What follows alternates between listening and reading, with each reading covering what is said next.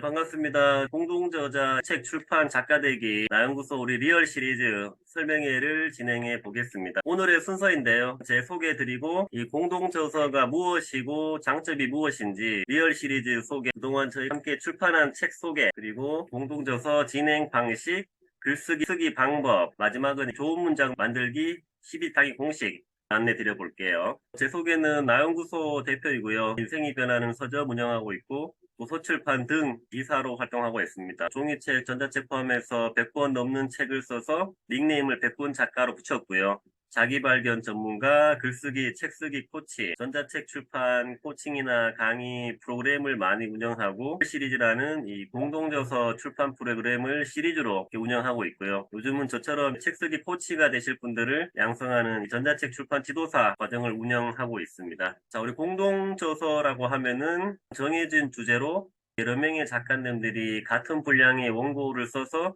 이제 공동으로 시중에 유통되는 정식 책을 출판하는 형태를 말하고요. 개인저서 대비 분량, 시간, 비용이 적게 들면서 내 이름으로 된 종이책 출판이 가능한 게 장점이고, 또 네이버에다가 인물 등록이 작가로 가능하죠. 책을 처음 내보시는 초보 작가님들이 이렇게 공모를 통해서 쓰기 경험해보고 그 다음 단계로 개인저서를 도전하는 순서가 많고 자연스럽죠. 리얼 시리즈는 우리 인생의 어떤 주요한 가치들의 리얼한 현실을 담는다는 취지로 시작이 되었었고요. 1년 7월 달에 이제 첫 책을 출판했습니다.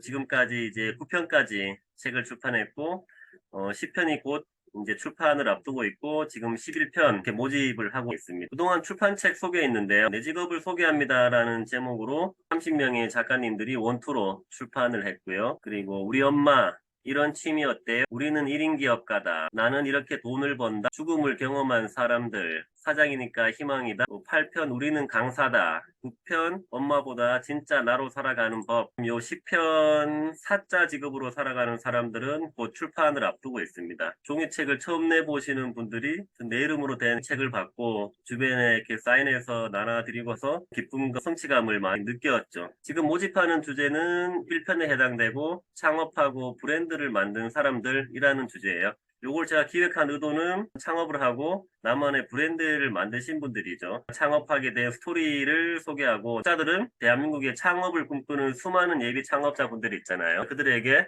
경험과 지혜를 전하는 게 이 책의 기획 의도입니다. 목차의 가이드라인에 따라 가지고 제가 양식과 샘플을 드릴 거예요. 그럼 양식과에 맞게끔 경험을 녹이시면 되고요. 목차가 6개 있습니다. 1장은 창업 계기, 직장 대신에 창업을 선택하게 된 이유가 있겠죠. 그리고 실행과 도전, 이걸 이루기 위해서 어떻게 도전을 했는지, 무엇을 실행하고 무엇을 배우고, 위기 극복, 힘든 일이 없을 수 없죠. 하면서 어떤 힘든 일이 있었고 어떻게 극복했는지, 극복해 가고 있는지, 내 브랜드 소개, 어떻게 해서 이런 이름을 짓게 됐고, 누구를 위해서 또 어떤 상품과 제품들을 판매하고 있고, 내 사업 철학, 또 함께하는 사람들, 이런 내 브랜드와 내 회사를 소개하는 거죠.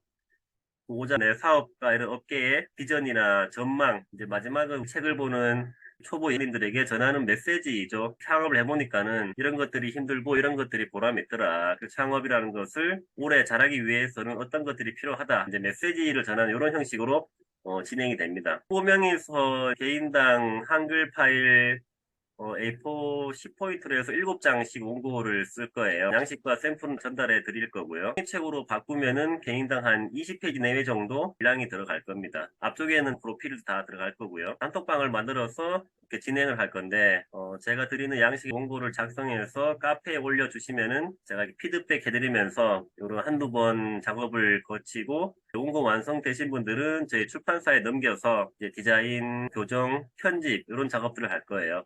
저희 작가님들이 모두 완료되면은 최종 검수 확인 작업을 거쳐서 인쇄를 하고 작가님께 뭐 책을 보내드리고 이제 유통하는 이런 방식으로 진행이 됩니다. 9분이 지금 신청하고 계셔서 6자리가 남은 상태인데요. 저도 참여하고 있고 정정현, 전병천, 이은미, 주효진, 김태진, 정규만, 박소영, 김영현 작가님, 현재 9분께서 지금 함께하고 계시기 때문에 6자리가 총 남은 상태이죠. 저희는 청건을 인쇄 작가님들께 50권씩 다 보내드릴 거고, 네이버에 아직 인물 등록이 안 되신 분들은 요 책에 나오고 네이버 검색에 잡히면은 네이버에다가 인물 등록을 작가로 하는 것을 알려드릴 거고, 기존에 인물 등록이 되어 있으신 분들은 거기 작품 정보에다가 추가를 하시면 되겠죠. 그리고 이제 7장 원고를 쓰시면은 저희는 원고에 대한 저작권을 다 작가님들께 드리기 때문에 개인 원고를 또 개인 전자책으로 만들어서 알라딘이나 교보문고에 출판하는 거를 개인 코칭 해드릴 거예요.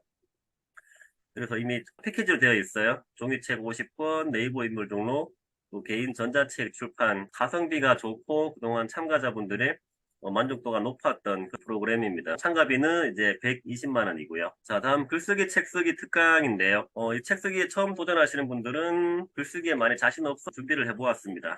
우리가 글을 쓴다는 것은 나의 생각, 마음, 감정을 돌아본다는 것이고 내 삶을 기록하고 정리하는 거죠. 그리고 내가 했던 경험에 가치를 만들고 나에게 집중하는 일이 됩니다. 나를 알리는 또 효과적인 수단이 되죠. 많은 분들이 책 나오고 하시는 말씀이 나를 많이 돌아보게 되었다. 이런 말씀들을 많이 하시더라고요. 책을 쓴다는 것은 이런 거라고 생각해요. 우리의 경험과 배움과 지혜, 깨달음 등이 누구나 있죠. 그것이 필요한 독자들에게 글로 전달하는, 우리가 주어야 할 것은 이런 거라고 생각해요.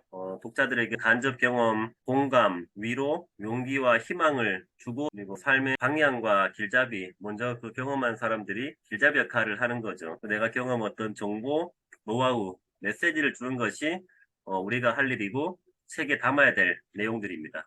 글을 쓰고 책을 쓴다는 것은 생산자가 되는 일이죠. 우리 모든 부자들은 다 생산자의 삶을 살고 있잖아요. 남이 쓴 글과 책을 보는 사람은 소비자이고, 글을 쓰고 책을 쓰는 사람은 돈을 버는 사람, 생산자인 거죠. 여러분은 어떤 삶을 원하시나요? 계기가 있어서 글과 책을 쓴다고 마음을 먹으면은 이 독자의 눈이 아닌 작가의 눈이 생깁니다. 평소에 무심코 보던 일상의 내 경험들이 예사롭지 않게 보이고, 점점 이 생각들이 이 쓰는 방향, 생산자의 눈으로 이제 확장이 되는 거죠. 작가의 눈이 생기면서 그동안 보이지 않던 많은 것들이 보이고 시야가 넓어지게 됩니다. 다음 공감 가는 글쓰기인데요. 우리 다 아시죠? 김창호, 김미경, 법륜스님, 되게 이분들 이야기가 재미있고 공감이 되고 그렇잖아요. 왜 그럴까요? 이런 것 같아요. 개인의 경험 담은 스토리를 이야기하죠. 그걸 통해서 느낀 것, 감정, 배움, 깨달음들을 이야기합니다. 그걸 통해 독자들에게 메시지를 전달을 하죠. 나한테는 이런 일이 있었고 뭘 느끼고 배웠어. 당신들은 이렇게 해보세요. 이런 스토리를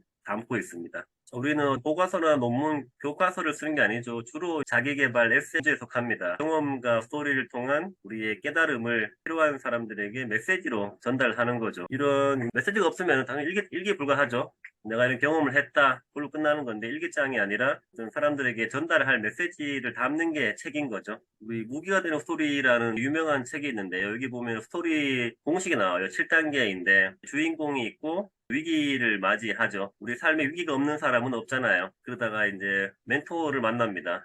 멘토라는 것은 뭐 사람, 책, 배움 다양하게 될 수 있겠죠. 계획이나 방법, 코칭을 받게 되고 행동하고 실행함으로써 위기를 극복하고 어떤 성공과 행복으로 가는 이런 자연스러운 스토리들을 담는다고 해요. 대부분 우리가 보는 영화, 드라마나 동화들 이런 스토리 흐름을 다루고 있다고 합니다. 다음 글쓰기 팁인데요. 대부분들이 말씀들은 되게 잘하는데 글쓰기는 어색해하고 어려워하고 분이 계시죠. 많이 안 써봐서 그런 거예요. 내가 말하듯이 쓴다. 내가 앞에 누구 독자가 있고 그 사람에게 내 경험을 말하듯 쓴다. 이렇게 생각하면은 좀 글쓰기가 편해지죠. 목적 있는 글을 써야죠. 글과 책을 쓴 데는 분명히 시간과 비용과 에너지가 발생을 합니다. 목적을 달성하기 위해서 무작정 쓰는 게 아니라 이 글과 책을 씀으로써 얻고자 하는 것은 무엇인가 목적을 분명히 하고 글을 쓰고 책을 쓰면 그 목적에 맞는 결과가 나오겠죠. 목적 있는 글을 쓰자. 다음 세 번째는 대부분 이제 첫 시작을 어려워하잖아요. 첫 문장이 어려울 때는 내가 제일 마지막에 하고 싶은 이야기가 무엇인가 이 마지막 메시지를 미리 머릿속에 정해놓고 글을 써보는 게 좋아요. 저희가 주제가 창업과 브랜딩인데 보는 독자들이 창업을 꿈꾸는 예비 창업자들이잖아요. 미리 메시지를 정해놓는 거죠. 분명히 쉽지 않고 어렵고 험한 일이지만 가치와 매력이 있다. 이런 거를 정했다고 하면은 그런 흐름으로 글을 쓰다 보면은 목적지를 잃지 않는 거죠. 내비게이션도 내가 원하는 목적 찍어놓고 하면은 그 길로 가듯이 마지막 메시지를 먼저 머릿속에 정해놓고 글을 써보면은 길을 잃지 않게 됩니다. 이제 마지막은 깔끔하고 세련된 문장 만들기 12가지 공식인데요. 이것만 인지를 해도 글과 책을 처음 써보시는 분들은 문장이 많이 깔끔해지는데 도움이 되실 거예요. 저는 문장은 짧게 쓰는 게 좋습니다. 문장이 길면은 우리 보시는 독자분들이 불편하고 이해가 어렵죠. 예시는 다 한 문장으로 되어 있는데 여러 개의 내용이 들어있고 복잡하죠. 이렇게 잘 끊어주는 거예요. 친구를 만나 술을 한잔 했다. 11시가 넘었다. 늦게 잠이 잤다. 이런 식으로 짧게 끊어줘야 전달력이 좋아집니다. 자, 두 번째는 한 개의 문장에는 하나의 내용만 담는 거죠. 우리 가정글이나 글을 쓸 때 한 줄 반, 최대한 두 줄을 안 넘기는 게 좋아요. 너무 한 개 문장이 길고 내용이 많아 버리면은 독자들이 혼란스럽죠.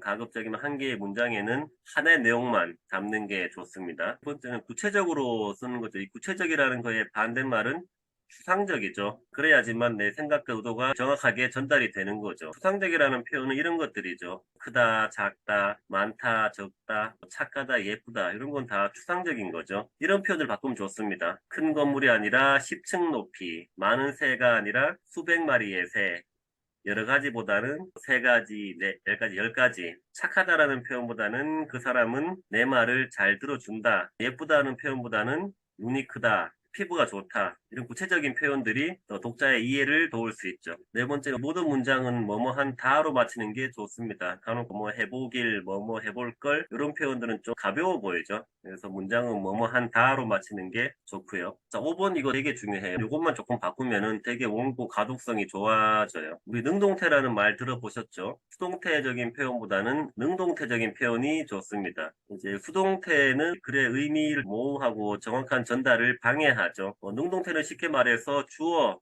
사람이 행동을 하는 것을 말하죠. 뭐 깨끗한 마을이 만들어지는 데는 이런 표현은 수동태고 깨끗한 마을을 만드는 데는 이런 게 능동태 표현이죠. 500원 할인되어 판매한다. 수동태, 할인 판매한다. 여기 능동태. 나연구소가 설립되었다는 수동태, 설립했다. 이런 식으로.